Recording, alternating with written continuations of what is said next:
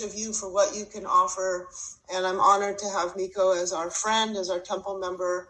And he put a lot of effort into researching this for this morning. It'll be a few minutes, but I think it's very important for us to know the facts and know what's going on. So Baruch haba means welcome, and of course, Toda Rabah. Thank you, Rabbi. Shana Tova and Chatima Tova to all of you. I'm going to start my presentation with just a minute.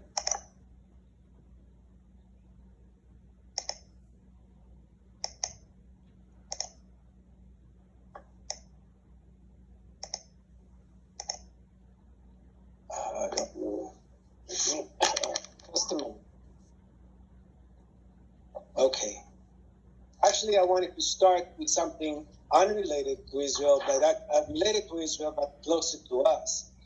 Maybe a few of you have seen the photo, but we do have Israeli firefighters that are in North California helping us to kill some of the huge fires that we have in the north, and I wanted to share them with you.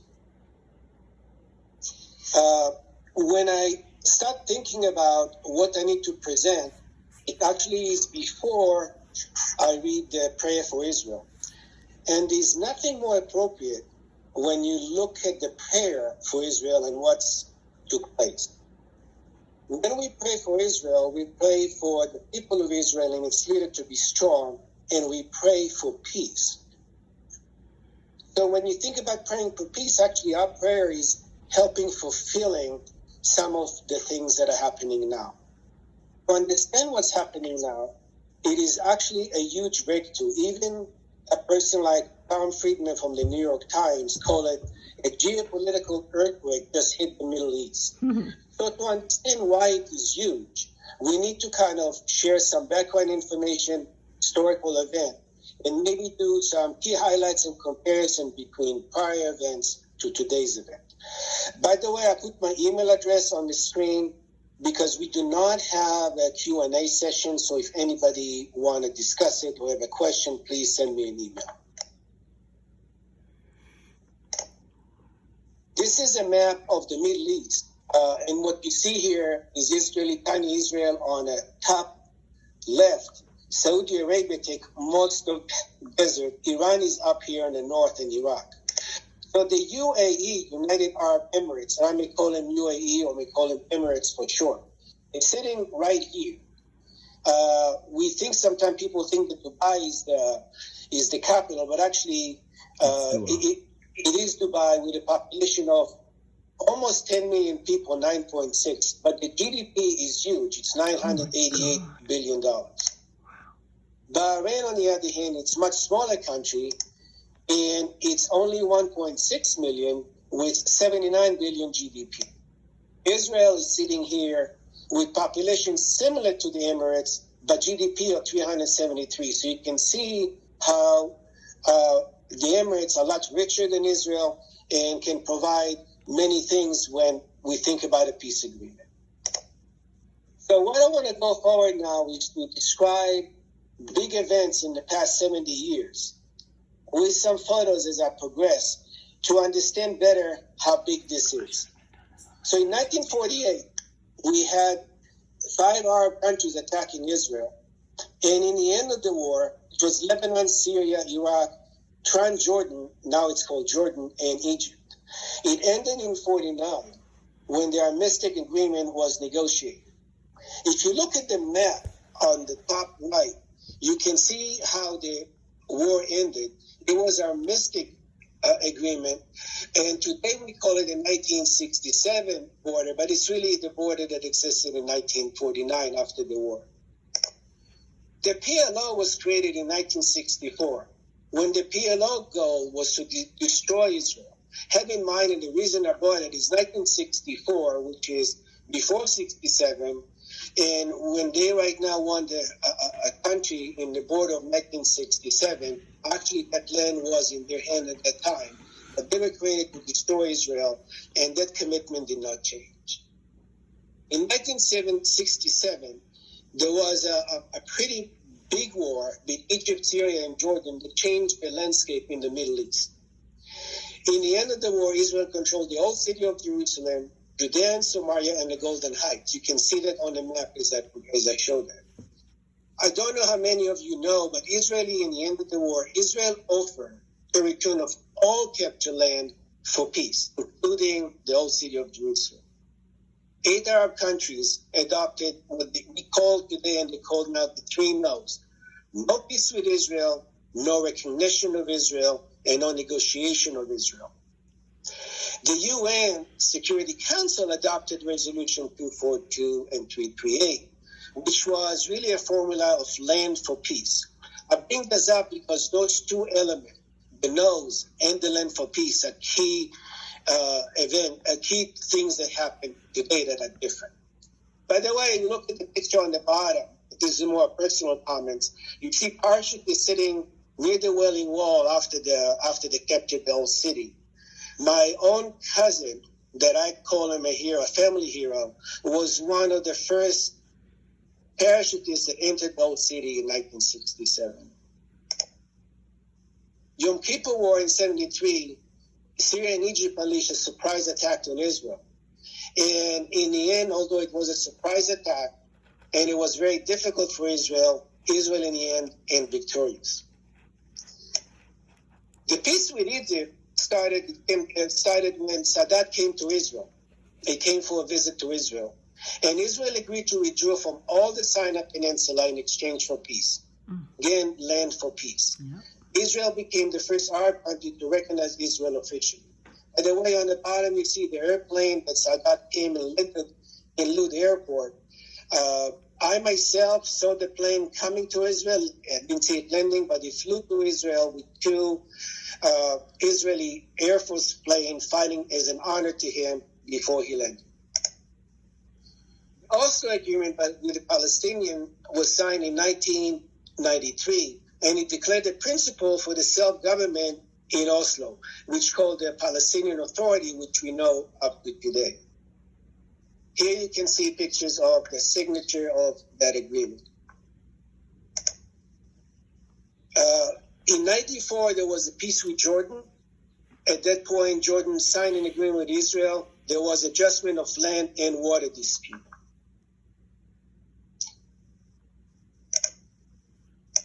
The second, in 2000 to 2005, was the second Palestinian Intifada. I'm bringing up only the second one because it was the bloodiest terrorist attack against Israel. Buses and restaurants were bombed by suicide bomber.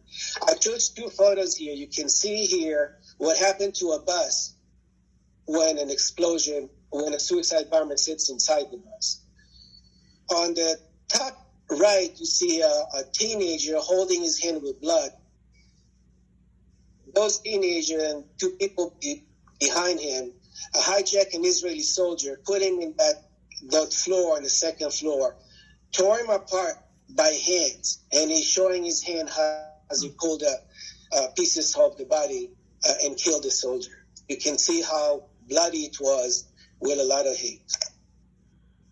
This is another big event which tied to the feelings that many Israelis have today. In 2005, Israel disengaged from Gaza. And what does it mean disengaged from Gaza? They evacuated all settlers and all the army from Gaza. That means they left Gaza totally empty for the Palestinian Authority to manage. Mm-hmm. The Palestinians were given full control of the Gaza Strip. But days after they withdraw, missiles already shot at Israel. Those 2 events are critical to understand the relationship or the mood in Israel when it comes to peace with Palestinians.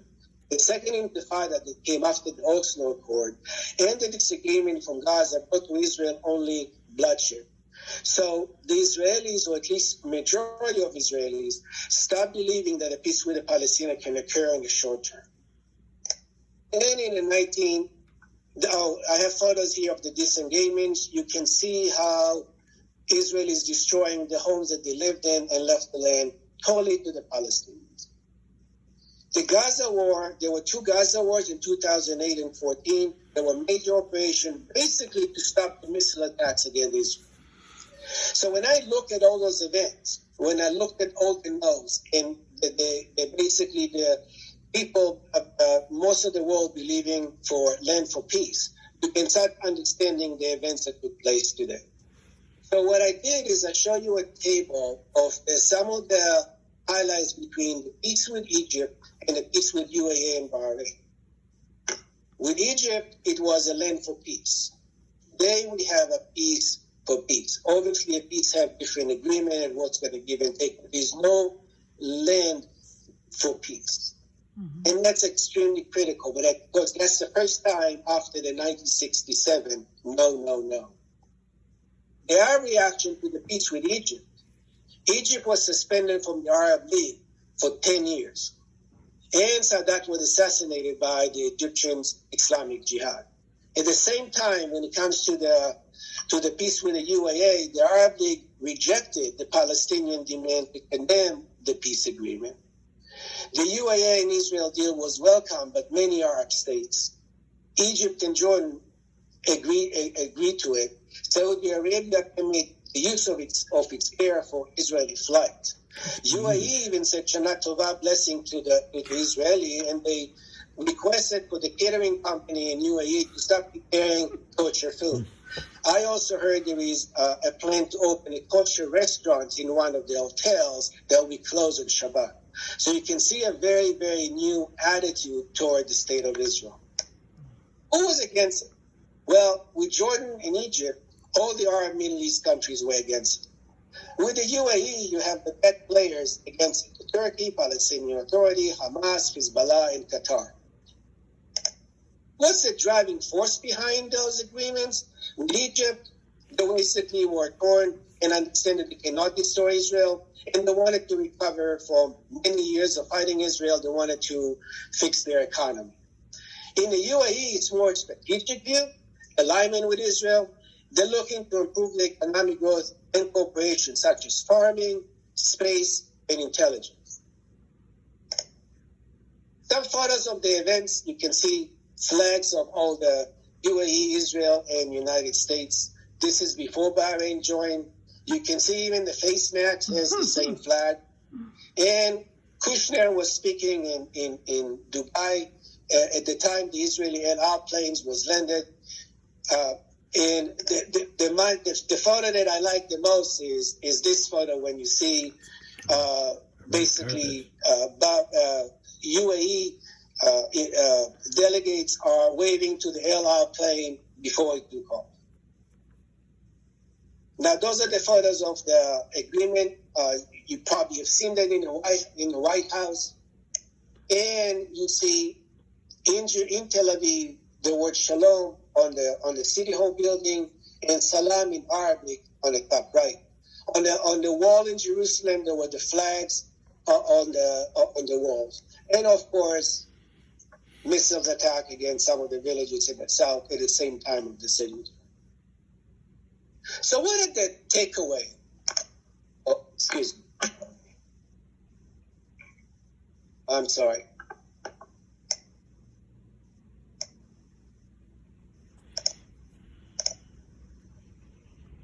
For many years, Arab countries, European countries, and some here in the United States claim that the Israeli-Palestinian conflict is in the heart of the Middle East conflict. The reality is actually different. The Sunni-Shiite conflict are the deep-rooted and historic. Sunni and Shiite conflict is not just religious. It is also economic battle between Iran and Saudi Arabia over the control of the Strait of the Hormuz. That's the sea and the connection that passed most of the oil to the world. Of course, here in the United States, we are more independent, but most of the world still come from that area. Moderate Arab states are fed up with the Palestinian rejection of all Israeli peace offer. And you can see that even when Emirates condemned Hamas shooting missiles at Israel lately and actually asking why Israel is not destroying them. The lines are drawn in the Middle East differently, and it's really between three different sides. Turkey in one, Iran and its proxies on the other, which is Hezbollah and Hamas, and the Sunni countries, which is Egypt, Jordan, Saudi Arabia, and others, the other Gulf states. You can see I don't put Israel in any one of them because Israel does not want to get involved with the Sunni Shia war.